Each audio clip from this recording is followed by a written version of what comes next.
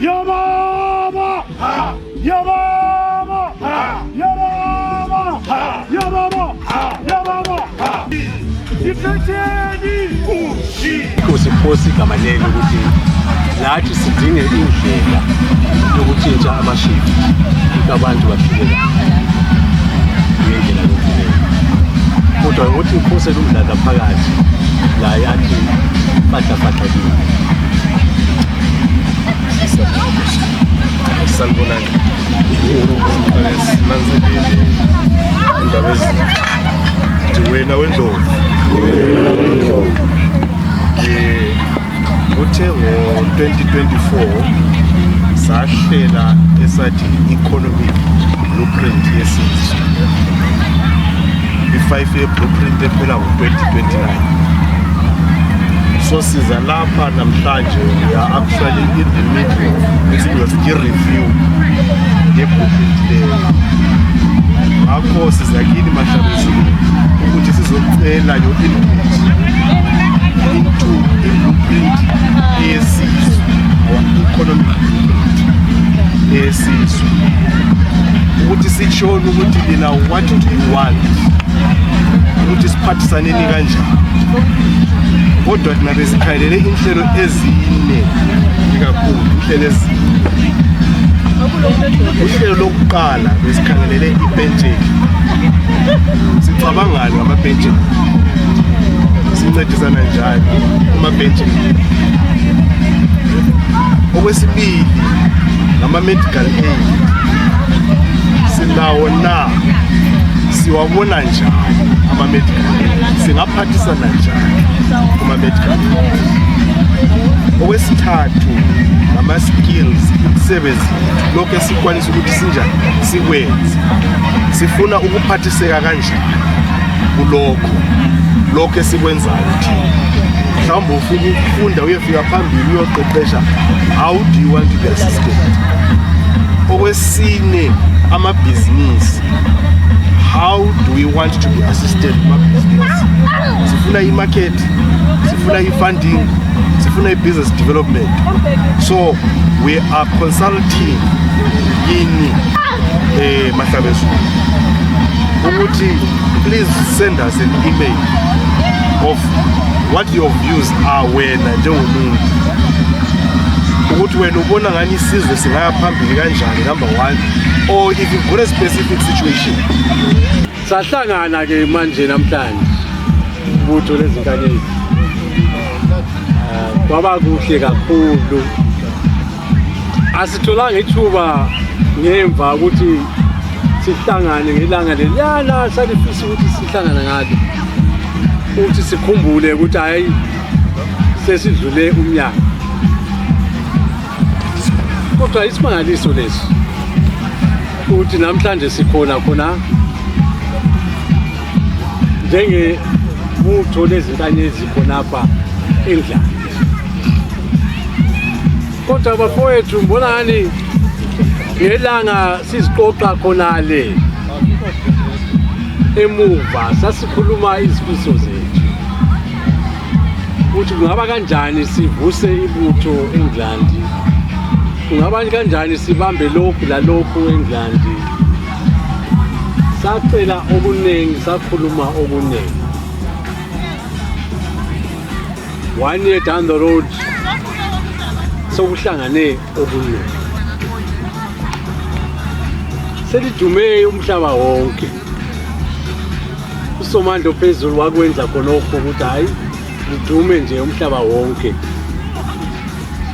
Aze balibhale ngale kumaphephandaba esivela khona ukuthi ibutho lezinkanyezi.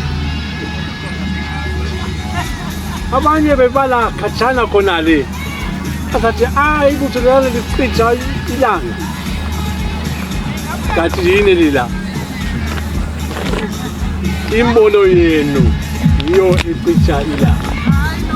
Izenzo zenu njengebutho zokuphakama yilo elichitha ilanga ukuthi lidume endaweni yonke.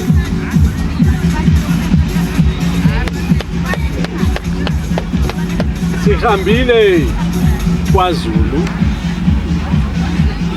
sabona isilo hlanga lomhlabathi khonale kwaZulu,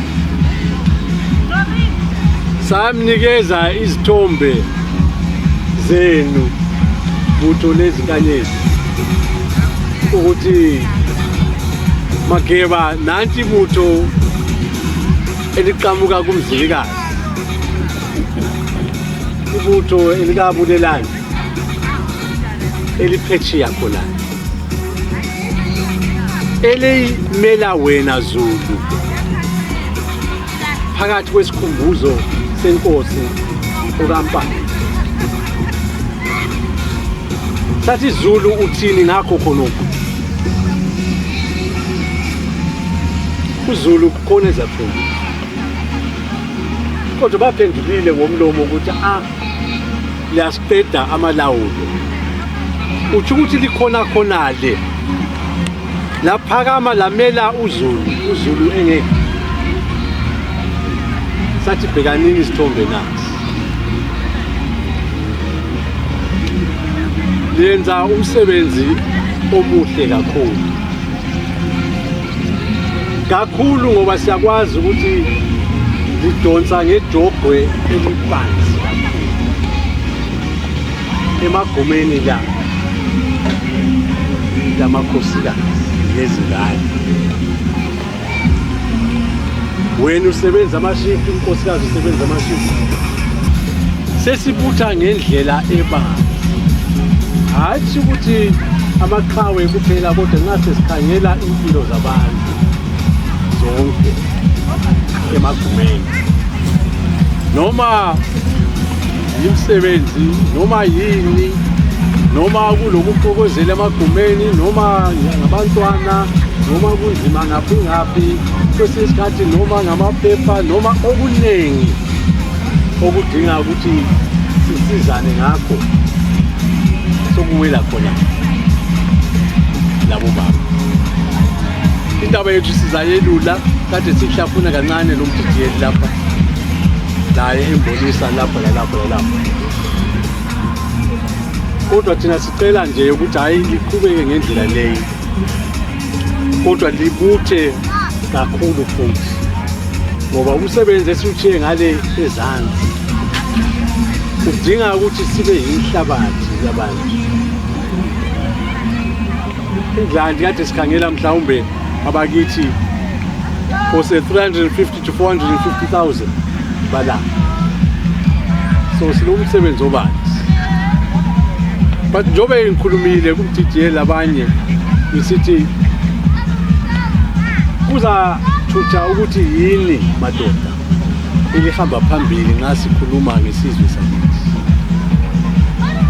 Sokukhanya ngendlela ezinenginengi lapha ngoba sibamba ekhaya ukuthi hayi ngale kunzima ukuthi abantu baphefule kahle, lakho sikhangele ezansi Africa ngale lakho inotho lezinto zonke ezinenginengi kunzima futhi sokuchiya lina, noma lani liphakathi kwenkinga zokuphila, kodwa sokuchiya lina ukuthi yini elizaphakama, yini elizadweba phansi ukuthi abantwana, ingane zethu, izizulwane lazo zonke lazo phambilini zikhulume ukuthi hayi abadala basuku, hathi ukuthi abadala bagezi izandla. Sihlanganise ihofisi yethu kahle, liyambona phakathi kuma-YouTube, ku-website, ufona laphana. I-background yakhe iminyaka eminingi kakhulu esebenza ku-finance. Wavula i-passport yakhe, ngabona izidindo Dubai, America, South Africa, khathesi London, ehamba nge-finance. Uhlafuna lezo yena, isipho esivela phezulu sawela sathi phansi kuyo. Ngilapha lani namhlanje Mahlabizo, nguye lo. Siphakamisa inkomo khonale kwaZulu, hayi wafaka kusanda esikhulu ukuthi kufeze phakathi kwe-120,000 rand ezakhutshwayo ukuthenga inkomo eziyi-8. Yena akasoze akhulume lokho kodwa nje ngiveze kini ngoba ngiyakwazi ukuthi esinye isikhathi abantu bayakhuluma okunenginengi bathi lwana ngubani kuhambe njani sikuboni kahle akuqondanga santobani. Leyi umdladla ephuma esendeni kaMletshe emuva khona owabuya wathunywa inkosi kulobhingo la ukuthi bafike. Ngizamnika ithuba ukuthi akhulume lani khathesi inkosi igama lelo ukuthi lathi sidinge indlela yokutshintsha amashift ukuthi abantu baphile ngendlela yokuphila. Kodwa ukuthi inkosi elumdladla phakathi la yathi fatha kini. Sanibonani. Sinanzelele indaba ezithi wena wendlovu. Uthe ngo-2024 sahlela esathi economic blueprint yesizwe. I-5-year blueprint ephela ngo-2029. So siza lapha namhlanje we are actually in the middle of review ye-blueprint leyo. Ngakho siza kini Mahlabezulu ukuthi sizocela your input into i-blueprint yesizwe, our economic blueprint yesizwe, ukuthi sitshone ukuthi lina what do you want, ukuthi siphathisaneni kanjani. Kodwa thina besikhalele inhlelo ezine kakhulu, inhlelo ezine. Uhlelo lokuqala besikhangelele ipensheni. Sicabangani ngamapensheni? Sincedisana njani amapensheni? Okwesibili ngama-medical aid. Sinawo na, siwabona njani ama-medical aid? Singaphathisana njani kuma-medical aid? Okwesithathu ngama-skills, imisebenzi lokho esikwanisa ukuthi sinjani sikwenze. Sifuna ukuphathiseka kanjani kulokho esikwenzayo thina. Mhlawumbe ufuna ukufunda uyefika phambili uyoqeqesha, how do you want to be assisted? Okwesine amabhizinisi, how do we want to be assisted kumabhizinisi? Sifuna i-market, sifuna i-funding, sifuna i-business development. So we are consulting yini Mahlabezulu ukuthi please send us an email of what your views are wena njengomuntu, ukuthi wena ubona ngani isizwe singaya phambili kanjani, number 1, or if you've got a specific situation obona ngani ungafuna ukuthi singenele maybe siphathisaneni khona. So i-email address yakhona admin@mathebele.com. Angithi admin leyikhiyele akekho ngawukhona, admin@mathebele.com. Sithumeleni email, but these are the 4 thina ebesifuna ukuthi sizijole, but if there is others asithumeleni Mahlabezulu ukuze siconsolidate i-blueprint yethu leyi sikhone ukuphathisa isizwe. Utshile lapho umkheswa esithi thina sizinkanyezi sihlanyele endaweni ezihlukene eziningi. Ngenxa yakhona lokhu uthola ukuthi asikhoni ukuthola usizo masinyane. Ukuthi uyabamba laphana okuyibhizinisi ubona ukuthi lapha sengifuna i-capital kodwa uzaya kuphi. So let's work together. Abanye siyabona ukuthi kuloku mkhuhlane lokho okungapheliyo kodwa ngina medical aid izahamba kanjani. Let's get so this is the intention ukuthi siphathisaneni economically, siphendula lowo mbuzo esiwubuza nsuku zonke ukuthi inkosi senzelayo. Yikho sifaka leyo blueprint ezosiphathisa sonke endaweni zethu ezinjani ezehlukeneyo.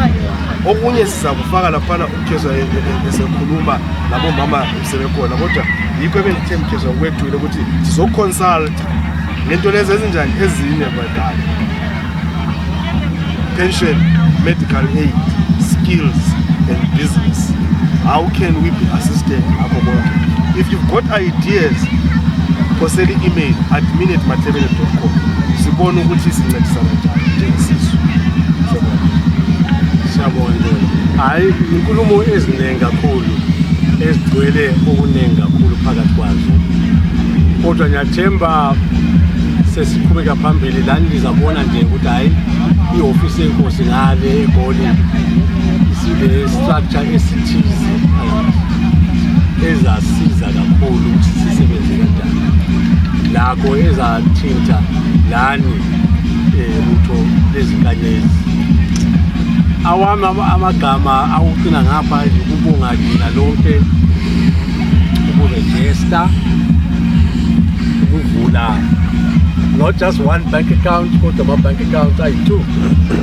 UDJL wangitshela khonokho ngiyabonga ndoda labantu bakho ngamabutho kade ngisebenza into le ephezulu kakhulu ngoba limbona unjola lapha unjola yena nguSolobhoni straight kathanda izinto ezigobileyo. So ukuba le registration le bank account lokhu sijaya ihlombe kakhulu so kuzasinika ke umlando ukuthi amasolombani angena njani lapha ku bank account. Ukhanye kahle ukuthi siyalisiza ngendlela zonke. Ukuhamba kwethu sisuke masinyane ngalezansi ngenxa izinto ezithize zazingenisa sesikhuluma sonke kodwa sezwa isikhalazo zenu ezemvunulo ezamahawu izinto zonke lezi lokhu esiphezu kwazo kodwa zange selilise ukuthi lokhu sikulungise ngoba lakho kunzima bantu benkosi ukuthi ngifuna impikisho ngalelo.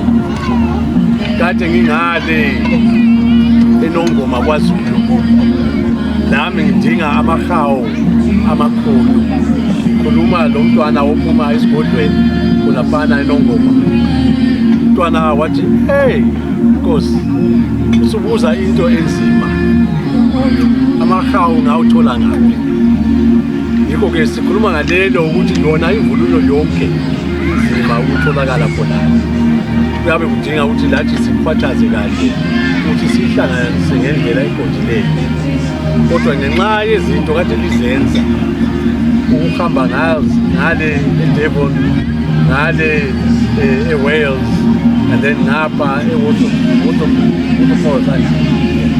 Waterfalls udumile kakhulu watshengisa ukuthi seliqalisile ukusebenza lakho kwatshengisa ukuthi hayi selidinga i-equipment selidinga izinto zonke ukuthi zihlangane so that nxa kule mbuthano ifike khona phana bonke kuhlelekile la yaliqonqosela kakhulu ngizelele futhi ukuthi iwebsite laphana kule ndawo nxa uyivula ethi register ukuregister lokhu siyakudinga kakhulu lemuli zenu labangani benu nesizwe sonke nje siyakudinga kakhulu ukuthi abantu bakithi baregister ngoba nge-registration kuyasinika amandla ukuthi senze okuningi senze okuningi okuzathinta lina kusiza lina kodwa okuningi lakho okuzasinika imvumo ngale eGoli lemvumo ngapha endlini ngendlela ezibanzi ukuthi sisizwe esiphelele kodwa hayi ngiyabonga ukuthi siyadibana namhlanje ngiyabonga kakhulu lingadinga kusasa angazi ukuthi kungaba lembuzo yini phakathi kwengxoxo yethu kakhulukazi nxa ngikhangela umdlala uthintile ezakhe ahamba ngazo sizwe kini kodwa lakho nxa lingathwalanga lutho kathesi liyathumeza ku-email kodwa lakho kungaba kahle nje ukuthi sizwe ukuthi mhlawumbe kulento etshisayo ngesikhathi lesi asazi kungaba khona abafundi kungaba khona abantu sibesitale kahle ngoba abantu kuyababula kufeyile uzama uphinde wabo ngasela namali so more difficult I think it's a good I think yes. It's something I would like to have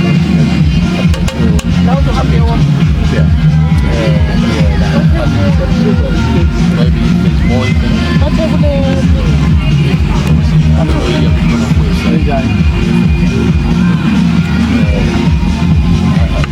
would like to because I'm going towards the town myself.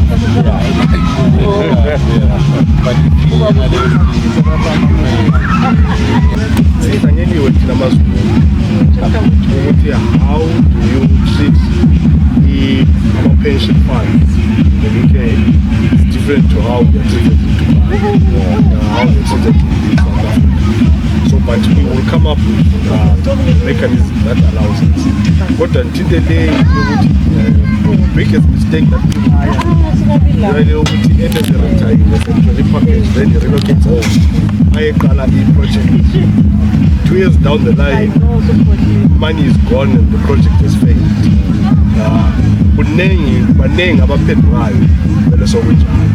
So the interest is important and from business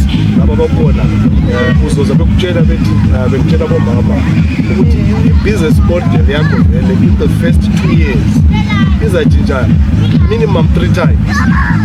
Uzafika uqala uchayiza idina kuyathapela 2 years uyakuthengisa inhlabathi ngoba usubona inhlabathi yele imali ukubhiza it is natural. But guess what, when imali yakho enginengi uyifake emtshineni wezidina susithola susenkinga. So definitely those are things that we're looking for, that ukuthi kulama programs where we are aligning with our infrastructure developers, because this is where you've got safety. I'm a pension funds working in infrastructure. So we are looking at as phone would is assistant in our because we are learning. We are right across the world. So if we can get as much views, we will come up with a proper plan which abantu bebe retirement that is certain. Not to look for a project. If you want to start it to isebenze before. I wouldn't zofika ekhaya abanengi for sure. Zafika ekhaya ngenze kanje afake lokho ze 2 years down the line is back. Sefuna ukufaka ama CV and the age ayisavuma. We can't work as much as we can now. If we were to look at them directly now, we can, but it's better something. So can we, even if it was to be online, looking at those 4 subjects, ama-expected njengabo umdlalo omncane ebizele 1 or 2 beyenze i-presentation yabo sikhona sonke sigwaqile online, sibe lembuzo kungaze kufake 5 hours after your presentation, sinikezana i-confidence on what we're doing and si-educatana, because kathesi singahlala lapha kuzathinteka abangu 2 or 3 ukuthi befika ku-website ngenxa yokuthi isikhathi esimnikeza laye to present the vision of the future for us siyabe singamvumeli ukuthi ethinte more than 3. So is there a way ukuthi sibe just maybe kube 2-3 lectures of those subjects, sonke si-invited on those, ngaze kube online, abantu nxa befuna ukufika physically bebe khona, sisuke ku-financial side sibuye ngapha esintwini. It's the same. People want confidence. As abomama, they are there, and these indlovukazi abafuna usethule wesibili. So kuyabe kumele le nduna yethu ukuthi registration layo is protector ngani. How does it protect us if besibeke eceleni senze kwasethule siziqhubeleleni, like lisitshele the difference between our scammers and what we're doing now. So it's a request. Plan these workshops ukuthi abantu and okunye ngizakuphawula laphana but what we are going to do, which is what we quantify in the adopted as this goal. We've adopted affiliation, what we call an affiliation policy, where inhlanganiso zonke ezisebenza sizwe ziza-accredit ukwenzela ungabi nabantu abaqhamuka laphana abantu basebenza nathi kube nabanye laphana. We are going to accredit every institution that works with us on an annual basis. On an annual basis, you will be audited to ensure ukuthi mawuphethe ihawu lesizwe ulokwenza indlela into zakho ngendlela eziqondileyo. So that's how we want to take care. Ngoba manje kulokunye okusihluphayo, kulabanye ekhaya sebeqale labo kwabo bakubiza okunye bahlanganisa abantu ngenxa yokuthi besingakaroli out this accreditation. Asikhona ukutshela abantu ukuthi labantu abafeki labantu aba-original, but once we roll out, as we are starting to do that, i-affiliation leg, which nani you can praise to. Siyabe sesikwazi sokuthi ungabona into engelanto leyi evele esizweni, it is fake, don't get involved. Lo ofuna ukusebenza lesizwe would come and align with our processes and procedures of relation. Ukuthi amatebela abaphethe isikhwama yiwo kuthiwa ngumpondo wayijinja akakuphumi lutho, ivaliwe yi-key. So we want to bring that back ukuthi intweni zethu aziqondeni thina zibondlela ezimhlophe vele azihambe ngendlela eqondileyo njengoba si-all over. There is a database. Anyone contacts you, or inviting you, go to the website, check out the database. Is he accredited? Is he registered? If not, and you're not registered, so thank you very much. We will post that out.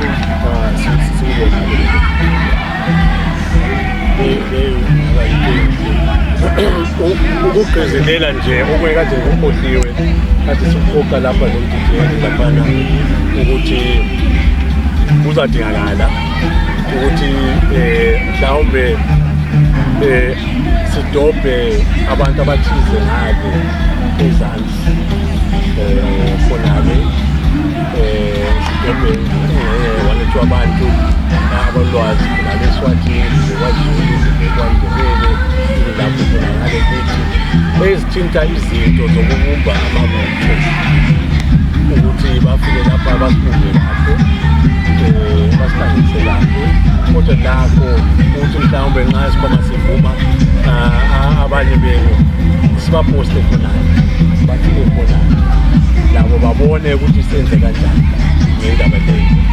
Siyabe sidinga ukuthinta sibili kwethu ukuthi ungene kithi ngolwazi olungileyo, ngoba ngibonile into kade kuyenza ngale e-Wales kwezinye indawo nesiqinisele kakhulu ukuthi into leyi isizaqina. Nxa ekhela ngendlela leyi njengoba kade ngiya lapha khathesi abamhlophe bazafuna ukubona iya ngendlela yoba kanenge lokhu into bayifabika kakhulu. Just coming to say sihamba eBirmingham izolo sidlula nje sigqoka imqhele amakhiwa besigijimeni ufana zathi no salibonani madoda just ukubona nje umqhele khonoko into emangalisayo thina yithi esilemba amabhunu amakhiwa bagiya ngembali yethu. Thina abanikazi bembali asizivezi kahle into engeke siyathatha engeke asithuthi ngendlela ethize. Emkhambeni zami eziningi kakhulu sengifunde ukuthi hayi nxa ngifuna ukuhlangana nabantu emkhambeni zami ngiyagqoka umqhele noma kuseFormachina noma ngaphi kube yi-1 nje umuntu uyabona nje abantu besithi duzane. Ngo-2014 ngafika ekhaya laphana sengivele ngidlala. I'll be back in a second. Abakunjola sebengibizile sithi hayi dada, so kusikhathi sesifikile ukuthi udobha induku yakwenu yakomdala. Ngathi hayi ngizayidobha nje, kodwa ngizayidobha ngivunulile. Wahamba njalo wathi uNdweni ngafuna ukugqoka ibheji, ikhanda lakhe linjani, ikhanda lakhe leyo ndoda linjani, samnika irobe ebomvu le-purple, uyayibeka eceleni. I-President Chief uyamnika ayithathe ayibeke eceleni, athi hayi ngi-right nyingi. Kwakuhamba ngathi hayi ngifuna ukubona ukuthi abantu bakithi bazathola isibindi nini koBulawayo ukugqoka nje umqhele. Khathesi abafana sebeswenka koBulawayo begqoke umqhele. Ngathi nanso-ke isizwe siyavuka, sebelamadlabuzane, sebeyithanda into yabo, sebeyikhwabitha. Sizayijova ngendlela leyi lapho ngapha, ngoba siyananzelela ukuthi phakathi yithi esiphethe imbali enhle ethandwa lezizwe lezizwe.